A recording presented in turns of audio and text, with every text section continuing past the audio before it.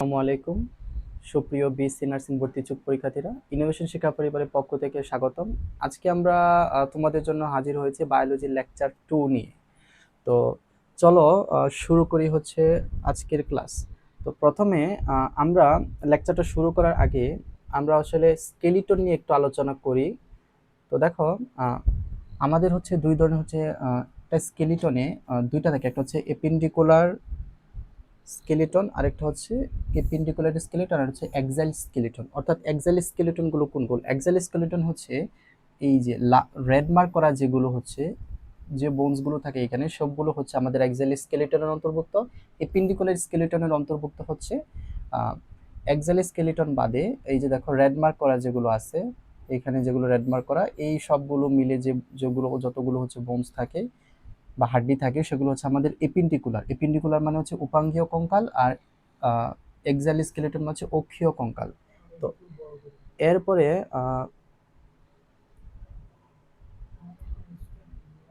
এরপরে হচ্ছে আলোচনা করব আমরা। দেখো, হিউম্যান একটা হিউম্যান স্কেলিটন আসলে কি কি থাকে। তো হিউম্যান স্কেলিটনে এখানে রেড মার্ক করা যেগুলো সেগুলো হচ্ছে আমরা বলছি এক্সাইল স্কেলিটন বা অক্ষীয় কঙ্কাল, আর হচ্ছে যে মার্ক করা যেগুলো সেগুলো হচ্ছে আমাদের এপিন্ডিকুলার স্কেলিটন। তো এটা হচ্ছে আমাদের হিউম্যান স্কাল। তো হিউম্যান স্কালের মধ্যে এখানে থাকে হচ্ছে আমাদের ফ্রন্টাল, তারপর হচ্ছে দুই পাশে থাকে হচ্ছে প্যারাইটাল, তারপর উপরে থাকে হচ্ছে অক্সিপিটাল, তারপর হচ্ছে টেম্পোরাল, এরপর হচ্ছে স্প্যানয়েড, অ্যাথময়েড। এইটুকু হচ্ছে আমাদের মেন্ডিবল। মেন্ডিবল বাদে অর্থাৎ পুরোটাকে আমরা মেন্ডিবল সহ যদি আমরা বলি, এই পুরোটুকু আমরা বলতে পারি হচ্ছে করটি। আর মেন্ডিবল বাদে শুধু হচ্ছে এই অংশটুকু নিয়ে যেগুলো থাকে, অথবা মেন্ডিবল এবং ফেসিয়াল স্কেলিটন বাদে যেগুলো থাকে সেগুলোকে আমরা বলি হচ্ছে করটিকা। তো করটির অস্থি কয়টি? 29টি। করটির অস্থি হচ্ছে 29টি, এবং করটিকা কয়টি? করটিকা হচ্ছে 8টি। তো এখন এরপরে হচ্ছে আসলে এখানে থাকে হচ্ছে আমাদের ক্লিবিকল। এটা হচ্ছে ক্লিবিকল। তারপর হচ্ছে দেখো এখানে রিবস থাকে, বা রিবস বা বুকের খাঁচা যেটাকে আমরা বলি। তারপর হচ্ছে এই হাতের এই অংশটুকুই আমরা যদি একটু নিয়ে আলোচনা করি, যে এই যে যে দেখো বোনসগুলো আছে, এখানে আছে যে কার্পাল, অর্থাৎ এই অংশটুকু যেগুলো আছে, অর্থাৎ এই অংশটুকু, এটাকে আমরা বলি কার্পাল। তারপরে হচ্ছে মেটাকার্পাল, এরপর হচ্ছে ফ্যালাঞ্জেস। এখন এখানে আসলে প্রশ্নটা আসে কোথা থেকে, যে বা নার্সিং ভর্তি পরীক্ষার জন্য আমাদের আসলে কি গুরুত্বপূর্ণ। তো নার্সিং ভর্তি পরীক্ষার জন্য গুরুত্বপূর্ণ যেগুলো প্রশ্ন আসতে পারে, যে হচ্ছে করটি, করটির অস্থি কয়টি। তারপরে প্রশ্ন আসতে পারে হচ্ছে আহ, তারপরে প্রশ্ন আসতে পারে হচ্ছে করটিকা, করটিকাতে কয়টি অস্থি থাকে। তারপরে প্রশ্ন আসতে পারে এই যে আমাদের দুই হাতে এবং হচ্ছে দুই পায়ে আমাদের কয়টা ফ্যালাঞ্জাস আছে। তো প্রশ্ন আসতে পারে হচ্ছে দুই হাতে দুই পায়ে অথবা পুরো মানব শরীরে হচ্ছে কয়টি ফ্যালাঞ্জাস, বা ফ্যালাঞ্জাসের সংখ্যা। ফ্যালাঞ্জাস, PHALANGES, ফ্যালাঞ্জাস। তো ফ্যালাঞ্জাস টোটাল কয়টি? অর্থাৎ এইখানে থাকে হচ্ছে 60টি, এখানে থাকে হচ্ছে 60টি, এখানে থাকে 60টি, এবং এখানে থাকে হচ্ছে 60টি, অর্থাৎ টোটাল হচ্ছে আমাদের 56টি। তারপরে হচ্ছে প্রশ্ন আসতে পারে, এইটুকুই হচ্ছে আমাদের জন্য গুরুত্বপূর্ণ, যে এক্সাইল স্কেলিটন বা অক্ষীয় কঙ্কাল এবং হচ্ছে উপাঙ্গীয় কঙ্কাল কয়টি থাকে। তারপরে হচ্ছে আমাদের দুই হাতে মানে পুরো মানব শরীরে হচ্ছে ফ্যালাঞ্জাসের সংখ্যা, অর্থাৎ দুই হাতে এবং হচ্ছে পায়ে মোট ফ্যালাঞ্জাসের সংখ্যা কয়টি। তারপরে হচ্ছে যে করটি কয়টি, করটিকা কয়টি, এগুলো হচ্ছে আমাদের প্রশ্ন আসতে পারে হচ্ছে এই কঙ্কাল জাতীয় রিলেটেড থেকে। তো এরপরে হচ্ছে আমরা শর্ট করে হচ্ছে তোমাদের জন্য আজকে আলোচনা করব। দেখি,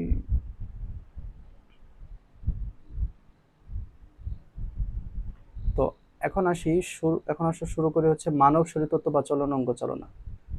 তো মানব শরীর তত্ত্ব, চলন এবং অঙ্গ চালনা, অর্থাৎ চলন এবং হচ্ছে অঙ্গ চালনা। তো এই চ্যাপ্টারটাতে দেখো প্রথমে আছে হচ্ছে দৈহিক কাঠামো। তো অর্থাৎ কঙ্কালতন্ত্র কি করে, কঙ্কালতন্ত্র হচ্ছে আমাদের দেহের কাঠামো কি করে, দেহের কাঠামো হচ্ছে আমাদের গঠন করে। অর্থাৎ কঙ্কালতন্ত্র, কঙ্কালতন্ত্র কি করে, দেহের কাঠামো গঠন করে, দেহকে নির্দিষ্ট আকৃতি দান করে। অর্থাৎ আমরা যে হিউম্যান যে স্কেলিটনটা আমরা দেখার চেষ্টা করছিলাম, সেইখানে দেখবা যে আমাদের হচ্ছে ফিমার, টিবিয়া, ফিবুলা, তারপর হচ্ছে হিউমেরাস, ক্লেভিকল, স্কেপুলা, রিবস, এগুলো মিলে কিন্তু আসলে আমাদের একটা কঙ্কালতন্ত্র গঠন করে এবং হচ্ছে দেহকে নির্দিষ্ট একটা আকৃতি প্রদান করে। এবং চলাচলের সমূহ পেশিসমূহ বিভিন্ন অস্থির সাথে যুক্ত থাকে, ফলে পেশি সংকোচন সম্ভব হয়। অর্থাৎ আমরা যে হাড়টাকে নাড়াতে পারছি, তো সেখানে কিন্তু আমাদের মাসেলগুলো বা পেশিসমূহ যুক্ত থাকে, যার কারণে হচ্ছে আমরা সেগুলো সংকোচন প্রসারণ সম্ভব হয়। অর্থাৎ সংকোচন তারপর হচ্ছে প্রসারণ সম্ভব হয়।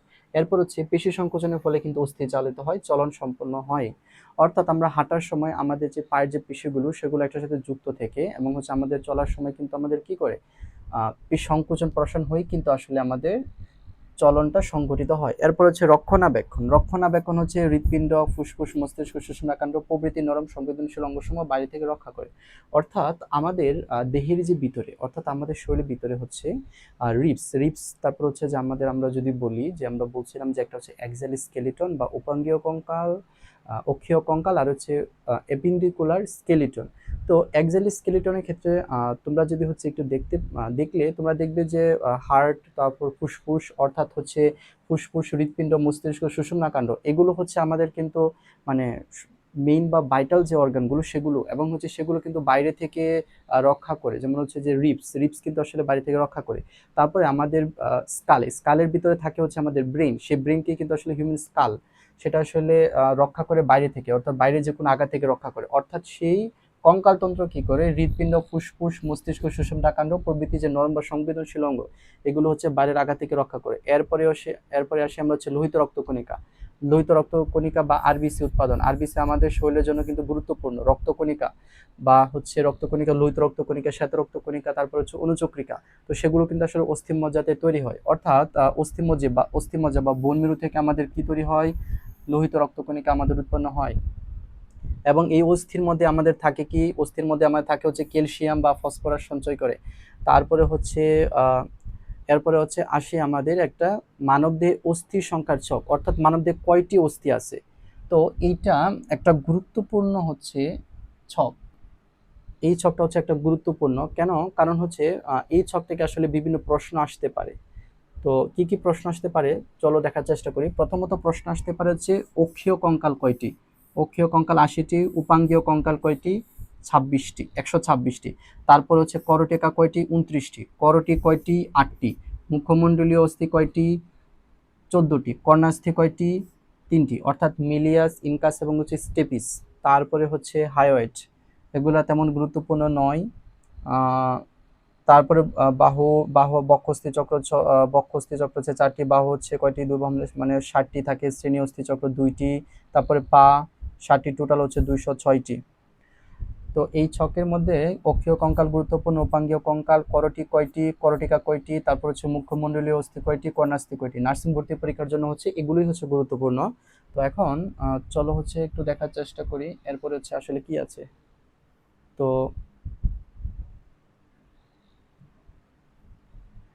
এরপরে হচ্ছে হেবাসিয়ান তন্ত্র বা অস্ট্রিয়ন। তো এখানে নার্সিং ভর্তি পরীক্ষার জন্য যেগুলো আমাদের গুরুত্বপূর্ণ বা যেগুলো আমাদের পড়া দরকার, তো সেগুলো হচ্ছে আমরা পড়বো। যেমন অস্থির গাঠনিক বা কার্যকরী একক কি? হেবাসিয়ান তন্ত্র হচ্ছে যেখানে অস্থির গঠন বা কার্যকরী একক। তো এখানে কি থাকে? এখানে হচ্ছে একটি হেবাসিয়ান নালী থাকে, তারপরে লেমিলি থাকে, লেকুনি থাকে, ক্যানালিকুল ইত্যাদি দ্বারা গঠিত। তো এগুলো তেমন গুরুত্বপূর্ণ নয়, জাস্ট হচ্ছে হেবাসিয়ান তন্ত্র অস্থির গাঠনিকগত বা কার্যকরী একক। তো এরপরে দেখি এখানে আর কি কি আছে।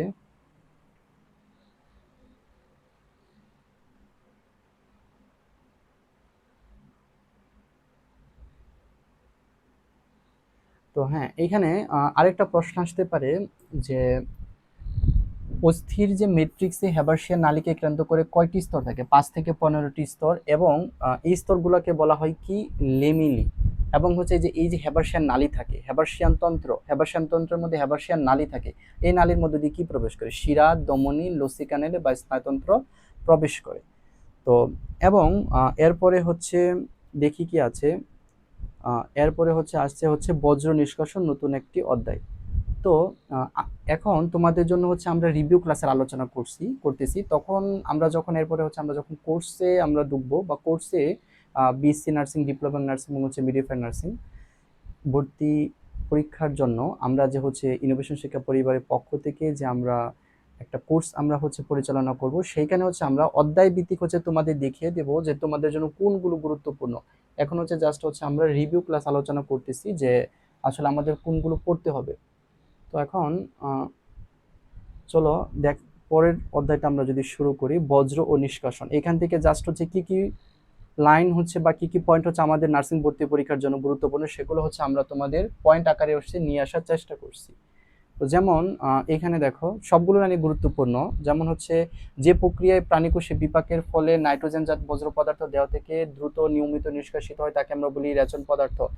যে সুনির্দিষ্ট অঙ্গতন্ত্র রেচনের সাথে জড়িত তাকে আমরা বলি রেচন তন্ত্র। তো রেচন তন্ত্র, যেমন রেচন তন্ত্র বলতে বোঝে বৃক্ষ, কিডনি, গবিনী, তারপরে মূত্রনালী, মূত্রথলি। অর্থাৎ রেচন প্রক্রিয়ার মাধ্যমে আমাদের শরীর থেকে কিন্তু রেচন, যে বজ্রটা রেচন পদার্থ, সেটা কিন্তু নিষ্কাশিত হয়। এবং এখানে এই রেচনতন্ত্রের সাথে যেগুলো গুরুত্বপূর্ণ বা রিলেটেড, যেমন হচ্ছে বৃক্ষ, মূত্রনালী, মূত্রথলি। অর্থাৎ কিডনি থেকে হচ্ছে আমাদের মূত্রনালীর মাধ্যমে কিন্তু আসলে ইউরিনটা বা মূত্রটা হচ্ছে কি করে নিয়ে এসে মূত্রথলিতে জমা হয়, তারপরে হচ্ছে সেটা হচ্ছে বাইরে কি করে দেহ থেকে নিয়মিত নিষ্কাশিত হয়। এরপরে আছে হচ্ছে রেচনতন্ত্রের মাধ্যমে 80%, অর্থাৎ এই বৃক্ষ, গবিনী, মূত্রনালী, মূত্রথলি, এগুলোর মাধ্যমে হচ্ছে আমাদের 80%, অর্থাৎ 80% হচ্ছে আমাদের দেহ থেকে বজ্র পদার্থ নিষ্কাশিত হয়। এরপরে বাকি যে 20% সেটা হচ্ছে আমাদের কিসের মাধ্যমে, সেটা হচ্ছে যকৃৎ, ফুসফুস ও ত্বকের মাধ্যমে। ত্বকের মাধ্যমে কিভাবে? ত্বকের মাধ্যমে হচ্ছে আমরা যে ঘামি, সেই ঘাম থেকে আমাদের, সেই ঘামের মধ্যে আমাদের কিন্তু আসলে কিছু বজ্র পদার্থ থাকে, নাইট্রোজেনজাত বজ্র পদার্থ, সেগুলো হচ্ছে আমাদের কিন্তু নিষ্কাশিত হয়। তো এরপরে আসি হচ্ছে, দেখো যে রেচন, রেচন পদার্থ নয়, রেচন পদার্থ নয় এমন বজ্র পদার্থ। প্রশ্ন আসতে পারে যে কোনগুলো রেচন পদার্থ নয়। তো রেচন পদার্থ নয় এমন বজ্র পদার্থ হচ্ছে কোলেস্টেরল, পানি, খনিজ পদার্থ, fatty acid, hydrocarbon, carbon dioxide, পিত্তরঞ্জক, লৌহ এবং ক্যালসিয়াম গঠিত লবণ। এগুলো হচ্ছে কিন্তু আসলে রেচন পদার্থ নয়। কারণ হচ্ছে দেখো, আমাদের শরীর থেকে কখনো কিন্তু আসলে কোলেস্টেরল, তারপরে পানি, পানি কিন্তু আমাদের জন্য একটা গুরুত্বপূর্ণ উপাদান, সেটা কিন্তু আমাদের শরীর থেকে আসলে, বা যেটাকে আমরা রেচন পদার্থ নয়। এরপরে আহ এরপরে দেখি আসলে কি আসে, যে সুনির্দিষ্ট অপতন্ত্র রেচনের সাথে জড়িত তাকে রেচনতন্ত্র বলে। তো প্রশ্ন আসতে পারে যে নিচের কোনটি রেচনতন্ত্রের অংশ নয়। প্রশ্ন করে দিতে পারে হচ্ছে যেমন হৃৎপিণ্ড। তো হৃৎপিণ্ড কিন্তু আসলে রেচনতন্ত্রের সাথে যুক্ত নয়। রেচন, যে সুনির্দিষ্ট অঙ্গতন্ত্র রেচনের সাথে জড়িত তাকে আমরা বলি রেচনতন্ত্র। যেমন যকৃৎ, তারপরে যে যকৃতের মধ্যে 20% কিন্তু রেচনতন্ত্র সম্পন্ন হয়, কিন্তু যকৃৎ কিন্তু আসলে রেচনতন্ত্র না। রেচনতন্ত্র হচ্ছে কিডনি, মূত্রথলি, মূত্রনালী, এগুলো হচ্ছে আমাদের রেচনতন্ত্রের সাথে অন্তর্ভুক্ত।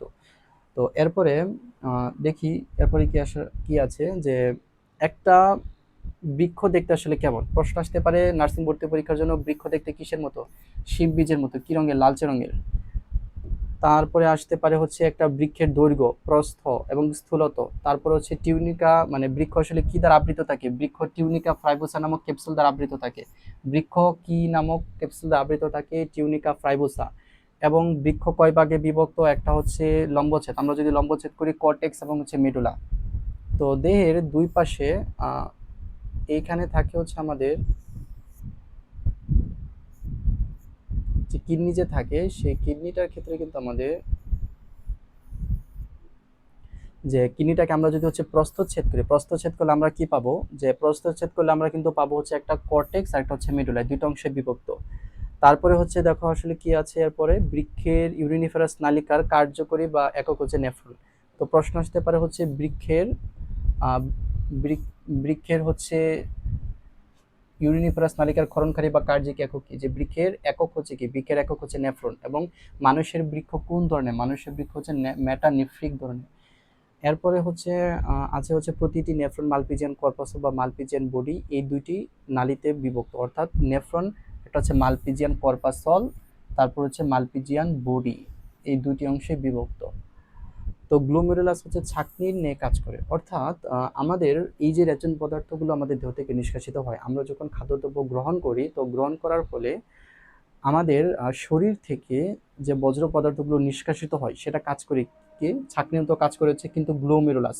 গ্লোমেরুলাস কিন্তু আসলে ছাঁকনির মতো কাজ করে। এবং হেনরির লুপ কি আকৃতির? হেনরির লুপ হচ্ছে আমাদের ইউ আকৃতির। এবং অবতল অংশ থাকে, একটা বৃক্ষের মধ্যে একটা অবতল অংশ থাকে, সেই অবতল অংশের বাজকে আসলে কি বলে? বৃক্ষের ভিতরে দেখো এখানে লেখা আছে, বৃক্ষের ভিতরের দিকে অবতল অংশের যে বাজকে, সে বাজকে বলা হয় গর্তের মতো বাজকে বলা হয় সাইনাস। সাইনাস মানে হচ্ছে গর্ত। এবং রেনাল সাইনাস অবস্থিত বৃক্ষের মতো সম্পূর্ণ অংশকে আমরা বলি হাইলাম। এই হাইলামের মধ্য দিয়ে রেনাল ধমনী, রেনাল শিরাগুলো হচ্ছে প্রবেশ করে। তারপরে মূত্র হলো কি? মূত্র কেমন? মূত্র আমরা বুঝলাম যে প্রথমে আমরা হচ্ছে বলছিলাম যে বৃক্ষ বৃক্ষ দেখতে হচ্ছে আমাদের কিসের মতো ছিল, শিম বীজের মতো মানে লালচে রঙের। তারপরে এরপরে আসি হচ্ছে মূত্র দেখতে তাহলে হচ্ছে কিরকম, বা প্রশ্ন আসতে পারে হচ্ছে মূত্রের রং কি? মূত্র হচ্ছে হলুদ রঙের, জাহাজালো গন্ধযুক্ত অম্লীয় এবং নাইট্রোজেন জাতীয় পদার্থ, এবং হচ্ছে ইউরোক্রোম এবং ইউরোবিলিন বা বিভিন্ন হচ্ছে পদার্থের জন্য, রঞ্জক পদার্থের জন্য আসলে মূত্রের রংটা হচ্ছে পরিবর্তিত হয়। তো তারপরে আছে হচ্ছে গ্লোমেরুলাসে কতটুকু প্রতি মিনিটে কতটুকু তরল আসলে পরিস্রুত হয়, সেটা হচ্ছে 120। বৃক্ষে মূত্র উৎপাদনের একক হচ্ছে নেফ্রন। এই লাইনটা নার্সিং ভর্তি পরীক্ষার জন্য গুরুত্বপূর্ণ, যে বৃক্ষে মূত্র উৎপাদনের একক হচ্ছে কি? নেফ্রন। একজন সুস্থ মানুষ প্রতিদিন 1500 মিলিলিটার অথবা 1.5 লিটার মূত্র ত্যাগ করে। মূত্রে পানির পরিমাণ কত পার্সেন্ট এবং মূত্রে পিএস কত পার্সেন্ট, এটা গুরুত্বপূর্ণ। মূত্রের আপেক্ষিক যে ঘনত্ব সেটা তেমন গুরুত্বপূর্ণ নয়। মূত্রথলির ধারণ ক্ষমতা, অর্থাৎ মূত্রথলিতে 700 থেকে 750 মিলিলিটার মূত্র কিন্তু ধারণ করতে পারি, কিন্তু কতটুকু হচ্ছে মূত্র আমাদের মূত্রথলিতে জমা হলে আমাদের হচ্ছে কি হয়, মূত্র থেকে ইচ্ছা জাগে, সেটা হচ্ছে 280 থেকে 320। এবং মূত্রের নন নাইট্রোজেনাস পদার্থ সাইট্রেট, ল্যাকটেট এবং হচ্ছে এসিটেট, সেটা গুরুত্বপূর্ণ নয়। তারপরে আসি হচ্ছে বৃক্ষের অবস্থান, অর্থাৎ বৃক্ষের অবস্থান হচ্ছে যেমন দুইটা বৃক্ষ থাকে, একটা হচ্ছে বাম বৃক্ষ, একটা হচ্ছে ডান বৃক্ষ। তো বাম বৃক্ষ হচ্ছে যে থোরাসিক, এটা হচ্ছে একটা কশেরুকা, থোরাসিক 12 থেকে লাম্বার 2 পর্যন্ত, এবং ডান বৃক্ষ সেটা হচ্ছে লাম্বার 3 থেকে লাম্বার 4 পর্যন্ত। তো বৃক্ষের গঠনগত বা কার্যকরী একক কি? বৃক্ষের গঠনগত বা কার্যকরী একক হচ্ছে নেফ্রন। প্রতিটি বৃক্ষে কতটুকু নেফ্রন থাকে? প্রতিটি বৃক্ষে প্রায় 10 থেকে 12 লক্ষ নেফ্রন থাকে। এবং মানুষের প্রধান রেচন বজ্রের নাম কি? মূত্র। অর্থাৎ আমরা তোমাদের হচ্ছে পুরো যে অধ্যায়টা আছে বজ্র নিষ্কাশন, সেইখান থেকে আমরা হচ্ছে যে লাইন গুরুত্বপূর্ণ তোমাদের জন্য সেটুকু নিয়ে আসার চেষ্টা করছি। তোমরা হচ্ছে জাস্ট এই লাইনটুকু হচ্ছে বা এই স্লাইডটুকু আমরা দিয়ে দিব, এটুকু হচ্ছে তোমরা রিভিশন করবে। রিভিশন করলে হচ্ছে এরপর হচ্ছে আমরা এমসিকিউ সলভ করবো ইনশাল্লাহ। হচ্ছে এইটুকুতে আমাদের ভর্তি পরীক্ষার জন্য যে প্রিপারেশন সেটা হচ্ছে ইনশাল্লাহ হচ্ছে কমপ্লিট হবে। তো এরপরে নেফ্রনের প্রকারভেদ প্রশ্ন আসতে পারে নার্সিং ভর্তি পরীক্ষায়, যে নেফ্রন আসলে কয় প্রকার? নেফ্রন আসলে 3 প্রকার, একটা হচ্ছে কোর্টিক্যাল নেফ্রন, মিড কোর্টিক্যাল নেফ্রন, জাক্সটা মিডুলার নেফ্রন। এগুলো থেকে 3টা অপশন আছে, যেকোনো একটা অপশন হচ্ছে দিয়ে বলতে পারে কোনটি হচ্ছে আমাদের নেফ্রনের প্রকারভেদ নয়। তো এরপরে হচ্ছে আসি নেফ্রনের কোন অংশের কাজ, এটা নার্সিং ভর্তি পরীক্ষার জন্য তেমন গুরুত্বপূর্ণ নয়। এরপরে আছে কি নিয়ে, যে নাইট্রোজেনাস বজ্র পদার্থ, ইউরিয়া নিয়ে আছে, যে ইউরিয়াই হচ্ছে মানবদেহের প্রধান নাইট্রোজেন গঠিত বজ্র পদার্থ। এটি প্রধানত যকৃতে ডিঅ্যামাইনেজ প্রক্রিয়ার মাধ্যমে, সহায়তা অ্যামিনো অ্যাসিডের ডিঅ্যামিনেশন প্রক্রিয়া, ওরিথিনিন চক্রের মাধ্যমে, ওরিনিথিন চক্রের মাধ্যমে। প্রশ্ন আসতে পারে কোন চক্রের মাধ্যমে? ওরিনিথিন চক্রের মাধ্যমে, সেটা কিন্তু আসলে বৃক্ষে পৌঁছায়। তারপরে হচ্ছে এরপরে দেখি কি আছে, বৃক্ষের পিএইচ নিয়ন্ত্রণ করে, অর্থাৎ রক্তের যে পিএইচ নিয়ন্ত্রণ, কিভাবে পিএইচ নিয়ন্ত্রণ করে। তারপরে যে বাফার হিসেবে কিভাবে কাজ করে, এখানে এগুলো নিয়ে আলোচনা করা হয়েছে। তারপরে একটা প্রশ্ন আসতে পারে, যেহেতু এটা মেডিকেল রিলেটেড বা নার্সিং রিলেটেড ভর্তি পরীক্ষা, বা যেহেতু আমরা নার্সিং ভর্তি পরীক্ষা দিব, তো সেই ক্ষেত্রে আসলে প্রশ্ন আসতে পারে যে বৃক্ষের রোগ নির্ণয়ের নির্দেশক কোনগুলো? আমরা বৃক্ষের যে রোগ নির্ণয় নির্দেশক করতে পারি ক্রিয়েটিনিনের মাধ্যমে, ইউরিয়ার মাধ্যমে। তারপর হচ্ছে যে বৃক্ষ বিকল, এবং এই বৃক্ষটা বিকল হতে পারে, বৃক্ষ বিকল হলে আমরা ডায়ালাইসিস প্রক্রিয়া, সেই ডায়ালাইসিস প্রক্রিয়ার মাধ্যমে আমরা বৃক্ষটাকে সচল করার চেষ্টা করি। তো এরপরে আসলে কি দেখো, এখানে লেখা আছে ডায়ালাইসিস। তো ডায়ালাইসিসের মাধ্যমে কৃত্রিম উপায়ে বৃক্ষের পরিবেশ অচনকে রক্ত থেকে বজ্র পদার্থ, অতিরিক্ত পানি কিন্তু আসলে দেহ থেকে বের করে দেয়। তো এইটুকুই ছিল হচ্ছে আমাদের বজ্র ও নিষ্কাশন নিয়ে। এরপরে হচ্ছে আমরা নতুন আরেকটি অধ্যায় শুরু করব, সেটা হচ্ছে মানব শরীরতত্ত্ব, শ্বসন ও শ্বাসক্রিয়া। দেখো, শ্বসন ও শ্বাসক্রিয়া এখানে বলছে যে দেহের যেসব অঙ্গ শ্বসন কাজে সক্রিয় অংশগ্রহণ করে সে সকল অঙ্গকে আমরা বলি শ্বসনতন্ত্র। অর্থাৎ আমরা যদি মানে বাইরে থেকে যে বায়ুটা সেটা হচ্ছে নাকের মধ্য দিয়ে, তারপরে হচ্ছে আমাদের নাসারন্ধ্র, নাসাগোলবিল থেকে, ষড়যন্ত্র, লেরিংস থেকে আমাদের কিন্তু ফুসফুসে পৌঁছায়। তো এই কাজে যেসব অঙ্গ শ্বসন কাজে সক্রিয় অংশগ্রহণ করে সেগুলোকে আমরা বলি শ্বসনতন্ত্র। তো কাজের ভিত্তিতে শ্বসনতন্ত্রকে আমরা 3 ভাগে ভাগ করি, একটা হচ্ছে বায়ু গ্রহণ বা ত্যাগ, তারপর হচ্ছে বায়ু পরিবহন এবং হচ্ছে শ্বসন। অর্থাৎ এই শ্বসনতন্ত্রে শ্বসনতন্ত্রগুলো হচ্ছে এই 3টা অংশে হচ্ছে আসলে কাজ করে। প্রথমে বায়ু গ্রহণ করে, তারপরে সেই বায়ুটাকে পরিবহন করে, তারপর হচ্ছে সেটা শ্বসন কার্য সম্পন্ন করে। তো এখন প্রশ্ন আসতে পারে যে বায়ু গ্রহণ বা ত্যাগে আসলে কোন কোন শ্বসনতন্ত্র হচ্ছে গুরুত্বপূর্ণ ভূমিকা পালন করে। যেমন হচ্ছে বায়ু গ্রহণের নাসিকা, নাসা গ্লোবিল ষড়যন্ত্র। তো এগুলো হচ্ছে, এগুলোর মাধ্যমে হচ্ছে বায়ু গ্রহণ হয় এবং হচ্ছে বায়ুটা ত্যাগ হয়। অক্সিজেন যুক্ত বায়ু দেহে গ্রহণ হয়, কার্বন ডাইঅক্সাইড যুক্ত বায়ু দেহ থেকে বের হয়। তো এই গ্রহণ এবং ত্যাগে আমাদের নাসিকা, নাক, নাসাগোলবিল ষড়যন্ত্র বা লিরিংস এটা হচ্ছে আমাদের গুরুত্বপূর্ণ ভূমিকা পালন করে। তারপর হচ্ছে বায়ু পরিবহন, অর্থাৎ নাসিকা, নাসাগোলবিল এগুলোর মাধ্যমে যে বায়ুটা, সেই বায়ুটা আসলে পরিবহন হয় কোথায়? বায়ুটা পরিবহন হয় হচ্ছে শ্বাসনালীর মাধ্যমে, ব্রঙ্কাসের মাধ্যমে। এবং ফাইনাল যে পয়েন্ট সেটা হচ্ছে আমাদের ফুসফুসে। শ্বসন অঙ্গ কোনটা? মানুষের শ্বসন অঙ্গ হচ্ছে ফুসফুস। প্রশ্ন আসতে পারে শ্বসন অঙ্গ কি? শ্বসন অঙ্গ হচ্ছে আসলে ফুসফুস। এরপরে দেখি তারপরে কি আছে, ষড়যন্ত্র। ষড়যন্ত্র বা হচ্ছে লেরিংস। তো এখানে প্রশ্ন আসতে পারে যে এই যে লেরিংস বা হচ্ছে ষড়যন্ত্র, এইখানে কিন্তু আসলে অ্যাডামস অ্যাপেল থাকে এবং এটা কিন্তু আসলে কি উৎপন্ন করে? স্বর উৎপন্ন করে। ষড়যন্ত্রে কি উৎপন্ন হয়? ষড়যন্ত্রে স্বর উৎপন্ন হয়। তারপরে এরপরে হচ্ছে ফুসফুস। তো ফুসফুস থেকে আসলে কি গুরুত্বপূর্ণ, যেমন আমি যদি একটু দাগিয়ে দেওয়ার চেষ্টা করি তোমাদের, যে মানুষের প্রশ্ন আসতে পারে যে ডান ফুসফুস কয় খণ্ডে বিভক্ত? ডান ফুসফুস 3 খণ্ডে বিভক্ত। বাম ফুসফুস কয় খণ্ডে বিভক্ত? বাম ফুসফুস 2 খণ্ডে বিভক্ত। তারপরে প্রতিটা ফুসফুসের যে কার্যকরী ফুসফুসে এককে বিভক্ত, এগুলাকে বলা হয় লোবিউল। তারপরে এইটা প্রশ্ন গুরুত্বপূর্ণ যে ডান ফুসফুসে কয়টি, বাম ফুসফুসে কয়টি লোবিউল বিভক্ত। এবং প্লিউরা, অর্থাৎ ফুসফুসের যে আবরণ, সেই আবরণটাকে আমরা বলি প্লিউরা। ফুসফুসের যে আবরণ, ফুসফুসের আবরণটাকে আমরা বলি প্লিউরা। হৃৎপিণ্ডের আবরণকে আমরা বলি পেরিকার্ডিয়াম।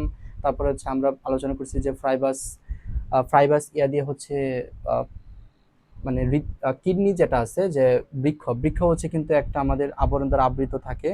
তারপর হচ্ছে প্রশ্ন আসতে পারে ফুসফুসের গঠনগত বা কার্যকরী একক কি? ফুসফুসের গঠন বা কার্যকরী একক হচ্ছে আসলে প্লিউরা। ফুসফুসের গঠন বা কার্যকরী একক কি ভাইয়া? ফুসফুসের গঠন বা কার্যকরী একক হচ্ছে প্লিউরা। তো গ্যাসীয় বিনিময় হয়, অর্থাৎ দেহের ভিতরে হচ্ছে অক্সিজেন কি হয়? প্রবেশ করে, কার্বন ডাইঅক্সাইড হচ্ছে আমাদের বের হয়। তো দেখো লেখা আছে ফুসফুসের গহ্বরের ভেতরে অ্যালভিওলার বাতাস এবং এগুলো প্রাচীরে অবস্থিত কৈশিক নালিকার মাধ্যমে অক্সিজেন এবং কার্বন ডাইঅক্সাইড বিনিময় ঘটে। তো এরপরে হচ্ছে আসলে অক্সিজেনটা কিভাবে পরিবর্তিত হয়, এখানে এটা নিয়ে আলোচনা করছে। তারপরে হচ্ছে কিছু গুরুত্বপূর্ণ তথ্য যেগুলো আসলে নার্সিং ভর্তি পরীক্ষার জন্য গুরুত্বপূর্ণ, যেমন ব্রঙ্কাইটিস সৃষ্টি করে কোনগুলো, নাক ও ফুসফুসে ক্যান্সারের জন্য দায়ী কোনগুলো, নিউমোনিয়ার জন্য দায়ী কোনগুলো, শ্বাসকষ্টের জন্য দায়ী কোনগুলো। এগুলো হচ্ছে যে এমসিকিউর জন্য গুরুত্বপূর্ণ এবং হচ্ছে খুবই কনফিউজিং। তারপরে দেখো প্রশ্ন আসতে পারে যে আমরা বলছিলাম যে ফুসফুস মানুষের প্রধান কি অঙ্গ? মানুষের প্রধান শ্বসনাঙ্গ কি? মানুষের প্রধান শ্বসনাঙ্গ হচ্ছে ফুসফুস। শ্বসন একটি সক্রিয় প্রক্রিয়া, নিঃশ্বাস একটি নিষ্ক্রিয় প্রক্রিয়া। কারণ নিঃশ্বাস, আমরা বলি যে মানুষ শেষ, আমরা কখনো বলি না যে একজন হচ্ছে শেষ প্রশ্বাস ত্যাগ করছে, আমরা বলি শেষ নিঃশ্বাস ত্যাগ করা। তো শেষ নিঃশ্বাস যে ত্যাগ করা, সেটা কিন্তু শেষ নিঃশ্বাস কখন আমরা কিন্তু সক্রিয়ভাবে বা কোনো ব্যক্তি আসলে নিজস্বভাবে বা নিজের স্বতন্ত্রভাবে সে কিন্তু আসলে সেটা ত্যাগ করে না। তো এই জন্য হচ্ছে এটা একটা নিষ্ক্রিয় প্রক্রিয়া, বা নিঃশ্বাস যেটা সেটা কিন্তু আমাদের একটা নিষ্ক্রিয় প্রক্রিয়া, এটা কখনো সক্রিয় প্রক্রিয়া না। তো এরপরে শ্বাসনালীর সমস্যা, যেমন শ্বাসনালীর কি কি সমস্যা আসতে পারে, যেমন হচ্ছে যে সাইনোসাইটিস। তো সাইনোসাইটিস নিয়ে এখানে আলোচনা করা হয়েছে যে কয় জোড়া সাইনাস থাকে। সাইনাস থেকে মানুষের 4 জোড়া সাইনাস থাকে, প্যারানাসাল সাইনাস, মেক্সিলারি, এথমোইডাল, ফ্রন্টাল এবং স্পেনয়েডাল সাইনাস। তো এবং হচ্ছে যে এই সাইনাস থেকে এই ছকটা গুরুত্বপূর্ণ, যে মেক্সিলারি সাইনাস কোথায় প্রদাহ ঘটায়? ফ্রন্টাল সাইনাস যেমন চোখের উপরে অবস্থিত, ব্যথা বা চাপ, মাথা ব্যথা, দু চোখের মাঝখানে বা পেছনে ব্যথা, মাথা ব্যথা সৃষ্টি হয় ফ্রন্টাল সাইনাসের জন্য। তারপরে হচ্ছে স্পেনোইডাল সাইনাস, সেটা হচ্ছে চোখের পেছনে বা মাথার চূড়ায় ব্যথা, চাপ।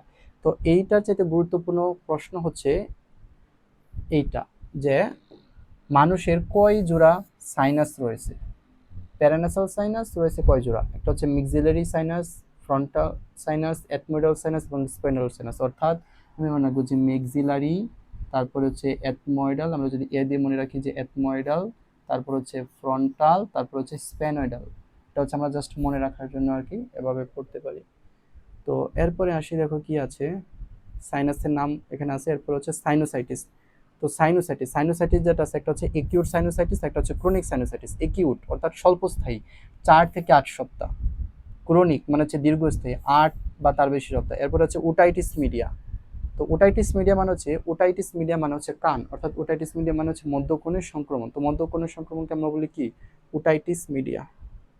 তো ওটাইটিস মিডিয়া হচ্ছে মধ্যকোণের সংক্রমণ। তারপরে দেখো একটা ছক আছে যে ধূমপায়ী বা অধূমপায়ী ফুসফুসের তুলনা। তো এখানে যদি গুরুত্বপূর্ণ আমি যদি বলি যে ধূমপায়ীর ফুসফুস কিরকম দেখা যায়, ধূমপায়ীর ফুসফুস কিন্তু কালচে, অধূমপায়ীর ফুসফুস কিন্তু গোলাপি বা স্বাভাবিক হালকা লাল রঙের। এরপরে হচ্ছে যেমন ধূমপায়ীর ফুসফুসে cancer, bronchitis, emphysema, chronic obstructive pulmonary disease, COPD, chronic obstructive pulmonary disease, এটা ঘটতে পারে। তারপরে হচ্ছে দীর্ঘমেয়াদী, অর্থাৎ ধূমপায়ীর ফুসফুস দীর্ঘমেয়াদের কারণে স্থায়ী ক্ষতি হতে পারে, ফুসফুস বা হৃৎপিণ্ডের চাপ বাড়ে। আর হচ্ছে অধূমপায়ী যেটা আছে, যে ধূমপান পান করে না বা যে ধূমপায়ী নয়, তার ক্ষেত্রে হচ্ছে দীর্ঘমেয়াদী সুস্থতা আসলে বজায় থাকে। তো এখানে প্রশ্ন হচ্ছে যে এইটুকুই, যে অধূমপায়ীর ফুসফুস আমরা যদি হচ্ছে এক্স রে করি, তো তখন হচ্ছে আসলে মানে কিরকম দেখা যায়, এক্স রে ফিল্মটা কিরকম দেখা যায়, কালচে ধূসর বা কালো টার জমে থাকে আর কি। আর অধূমপায়ীটার ক্ষেত্রে গোলাপি বা হালকা স্বাভাবিক লাল রং দেখা যায়। তো এরপর হচ্ছে আমরা তোমাদের জন্য হচ্ছে এমসিকিউ নিয়ে হচ্ছে আসলে আলোচনা করব, যে এই পর্যন্ত যেগুলো হচ্ছে আমরা অধ্যায় রিভিউ করলাম, শ্বসন শ্বাসক্রিয়া, চলনাঙ্গ চলন, বজ্র নিষ্কাশন, এগুলো থেকে বিগত বছর আসলে কি রকম এমসিকিউ আসছে এবং কতগুলো এমসিকিউ আসছে, তার মধ্যে থেকে কিছু এমসিকিউ নিয়ে আজকে আমরা তোমাদের জন্য আলোচনা করব। যেমন হচ্ছে দেখো, বৃক্ষের অবতল অংশের বাজকে কি বলে, বৃক্ষের অবতল অংশের বাজকে আমরা বলি কিন্তু আসলে হাইলাম। এই হাইলামের মধ্যে দিয়ে আসলে কিন্তু রেনাল শিরা, রেনাল ধমনী এগুলো হচ্ছে প্রবেশ করে। তো এরপরে হচ্ছে আসো করটিতে, মানবদেহের করটিতে কয়টি অস্থি। তো এখানে দেখো প্রশ্নটা কি চেয়েছে, মানবদেহের করটি, করটি চেয়েছে না করটিকা চেয়েছে। প্রশ্ন পড়ার ক্ষেত্রে তোমরা খেয়াল রাখবা যে এখানে কি চাইছে, করটি নাকি করটিকা। তো করটি, তো করটি হচ্ছে 29টি, করটিকা কয়টি, করটিকা হচ্ছে 8টি। তারপরে ব্যাং এবং হাঙরে ভ্রূণে কোন ধরনের তরুণাস্থি পাওয়া যায়। তো ব্যাং এবং হাঙরে ভ্রূণে, তো দেখো এখানে লেখা আছে ব্যাং এবং হাঙরের ভ্রূণে কোন ধরনের তরুণাস্থি পাওয়া যায়। তো ব্যাং এবং হাঙরের ভ্রূণে স্বচ্ছ বা হচ্ছে হায়ালিন, স্বচ্ছ বা হায়ালিন তরুণাস্থি পাওয়া যায়। মানবদেহে প্যারাইটাল, ফ্রন্টাল, টেম্পোরাল, অক্সিপিটাল, এগুলো অস্থি হচ্ছে করটিকাতে পাওয়া যায়। করটিকার অস্থি কয়টি, 8টি। করটির অস্থি কয়টি, 29টি। তারপরে মানবদেহের রেচনতন্ত্রের অংশ 9 কোনটি। আমরা বলছিলাম যে মানবদেহের রেচনতন্ত্রের অংশ 9, বৃক্ষ, ইউরেটার, মূত্রনালী, মূত্রথলি, এগুলো হচ্ছে আমাদের ইউরেটার মানে হচ্ছে মূত্র নালী, আর মূত্রথলি, বৃক্ষ, ইউরেটার, এগুলো হচ্ছে আমাদের রেচনতন্ত্রের অংশ। বলছে রেচনতন্ত্রের অংশ 9 কোনটি, যকৃৎ, যদিও যকৃৎ হচ্ছে 20%, যকৃৎ এবং ত্বকের মাধ্যমে আমাদের হচ্ছে যে বজ্র পদার্থটা বা নিষ্কাশিত হয়। তো কিন্তু তারপরে এটা কিন্তু আসলে রেচনতন্ত্রের অংশ নয়। তারপরে হচ্ছে আসি হচ্ছে ফুসফুসের দ্বিস্তরী পর পাতলা আবরণকারীর নাম কি, সেটা হচ্ছে প্লিউরা। প্লিউরা দুই প্রকার, একটা হচ্ছে প্যারাটাল প্লিউরা, আরেকটা হচ্ছে ভিসেরাল প্লিউরা। কিন্তু আবৃতকারী, ফুসফুসটাকে যে আবৃত করে রাখে সেই পর্দার নামটা হচ্ছে প্লিউরা।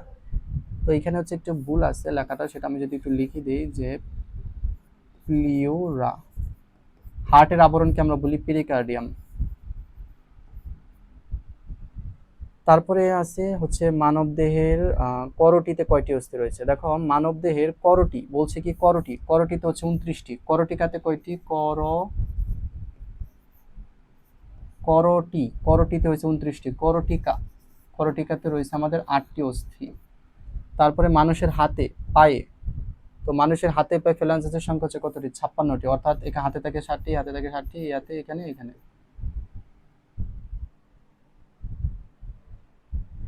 অর্থাৎ সরি, এখানে আমি যদি একটু অঙ্কটা যদি একটু বোঝানোর চেষ্টা করি, যে মানুষের হাতে এবং হচ্ছে পায়ে ফ্যালাঞ্জাসের সংখ্যা কয়টি থাকে। ফ্যালাঞ্জাসের সংখ্যা হচ্ছে যে 14টি করে 4, অর্থাৎ 2 হাতে 2 পায়ে থাকে হচ্ছে 56টি। তারপরে হচ্ছে মানবদেহে কার্পাল অস্থির সংখ্যা কতটি। মানবদেহে হচ্ছে কার্পাল অস্থির সংখ্যা হচ্ছে 16টি। তারপর হচ্ছে মুখমণ্ডলীয় অস্থি কয়টি রয়েছে, 14টি। অর্থাৎ মুখমণ্ডলীয় অস্থি এবং হচ্ছে মেন্ডিবল সহ, তো করটি হচ্ছে 29টি, আর করটিকা হচ্ছে কয়টি, করটিকা হচ্ছে আসলে 8টি। তো এরপরে হচ্ছে মানবদেহে প্রশ্ন আসতে পারে যে মানবদেহের সারফেক্টেন্ট শুরু হয় কবে। তো মানবদেহের দেখো এখানে আছে যে কত সপ্তাহে মানব ভ্রূণের সারফেক্টেন্ট শুরু হয়। মানবদেহের সারফেক্টেন্ট শুরু হয়ে হচ্ছে আমাদের 23 সপ্তাহ থেকে। তারপর ওটাইটিস মিডিয়া, ওটাইটিস মিডিয়া মানে কি, ওটাইটিস মিডিয়া মানে হচ্ছে মধ্যকর্ণের সংক্রমণ। মধ্যকর্ণের সংক্রমণ। সাইনাস বিষয়টা হচ্ছে আলাদা। সাইনাস সাইনাস হচ্ছে চার জোড়া সাইনাস থাকে। তো ওটাইটিস মিডিয়া, ওটাইটিস মানে হচ্ছে কান বা ইয়ার, মধ্যকর্ণের সংক্রমণ। ফুসফুসের সর্বমোট বায়ু ধারণ ক্ষমতাকে আমরা বলি হচ্ছে টাইডাল ভলিউম, তারপর হচ্ছে ভাইটাল ক্যাপাসিটি, রেসিডুয়াল ভলিউম, এরপর হচ্ছে পালমোনারি ভলিউম। এখানে হচ্ছে আমাদের ফুসফুসের সর্বমোট বায়ু ধারণ ক্ষমতা, এইখানে আমাদের সঠিক আনসারটা হবে হচ্ছে আসলে ভাইটাল ভলিউম। টাইডাল ভলিউম হবে না, ভাইটাল ক্যাপাসিটি, অর্থাৎ ভাইটাল ক্যাপাসিটি হচ্ছে ফুসফুসের সর্বমোট বায়ু ধারণ ক্ষমতা। তো এরপরে হচ্ছে দেখি একজন পূর্ণবয়স্ক মানুষের বিশ্রামকালে মিনিটে কয়বার শ্বসন সংঘটিত হয়, সেটা হচ্ছে 14 থেকে 18 বার, এবং এটা হচ্ছে পূর্ণবয়স্ক, এবং বাচ্চাদের ক্ষেত্রে হচ্ছে 40-এর বেশি। তারপর হচ্ছে বাতাস হচ্ছে কার্বন ডাইঅক্সাইড এবং হচ্ছে যে অক্সিজেনের ঘনত্ব বাড়লে শ্বসনের হার কি হয়। কার্বন ডাইঅক্সাইডের ঘনত্ব যদি 0.25% বাড়ে তাহলে শ্বসনের হার দ্বিগুণ হয়, অর্থাৎ এটার সাথে সমানুপাতিক সম্পর্ক। তারপরে মানবদের ফুসফুসে রক্তে অক্সিজেন পরিবাহিত হয় ব্যাপন বা হচ্ছে ডিফিউশন। ডিফিউশন প্রক্রিয়া কিন্তু আসলে আমাদের ফুসফুস থেকে অক্সিজেন যুক্ত রক্ত আসলে কি হয়, পরিবাহিত হয়। তারপরে মানবদেহের যে ট্রাকিয়া, মানবদেহের ট্রাকিয়া আসলে কয়টি তরুণাস্থি দ্বারা গঠিত, সেটা হচ্ছে 16 থেকে হচ্ছে 20টি, এবং হচ্ছে এগুলো হচ্ছে সি আকৃতির, অর্থাৎ ট্রাকিয়াগুলো হচ্ছে সি আকৃতির, সি বলয় আকৃতির, 16 থেকে 20টি থাকে, এবং সংগ্রাহী নালী মিলে ডাক্ট অফ বেলিনি তৈরি করে। আবার হেনরি লুপোফ হেনলি কিন্তু আসলে ইউ আকৃতির, লুপোফ হেনলি কি আকৃতির, ইউ আকৃতির। তারপরে হচ্ছে একটি পরিপূর্ণ বৃক্ষের প্রস্থ কত, একটি পরিপূর্ণ বৃক্ষের প্রস্থ, একটি পরিপূর্ণ বৃক্ষের প্রস্থ হচ্ছে 5 থেকে 6 মিটার। তারপরে কার্ডিয়াক পেশির ক্ষেত্রে আমরা যদি একটু আলোচনা করি, যে কি লেখা আছে, যে কার্ডিয়াক পেশির ক্ষেত্রে কোনটি সঠিক। কার্ডিয়াক পেশি থাকে হচ্ছে আসলে হৃৎপিণ্ডে, হৃৎপিণ্ডে থাকে কার্ডিয়াক পেশি। কার্ডিয়াক পেশির ক্ষেত্রে নিউক্লিয়াসটি আসলে কেন্দ্রস্থলে থাকে। তারপরে পেশির কার্যকারিতা প্রাণীর ইচ্ছা নির্ভর, অর্থাৎ আমরা কিন্তু হার্টকে আমরা নিজস্বভাবে পরিচালনা করতে পারি না, এটা হচ্ছে প্রাণীর ইচ্ছাধীন নয়। তো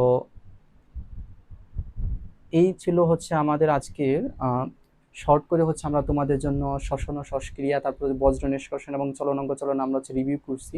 তো এরপর হচ্ছে নতুন কোনো একটা অধ্যায় নিয়ে আমরা হচ্ছে আলোচনা করব। ততক্ষণ পর্যন্ত সবাই ভালো থেকো, সুস্থ থেকো, ইনোভেশন শিক্ষা পরিবারের সাথে যুক্ত থেকো, ইনশাআল্লাহ।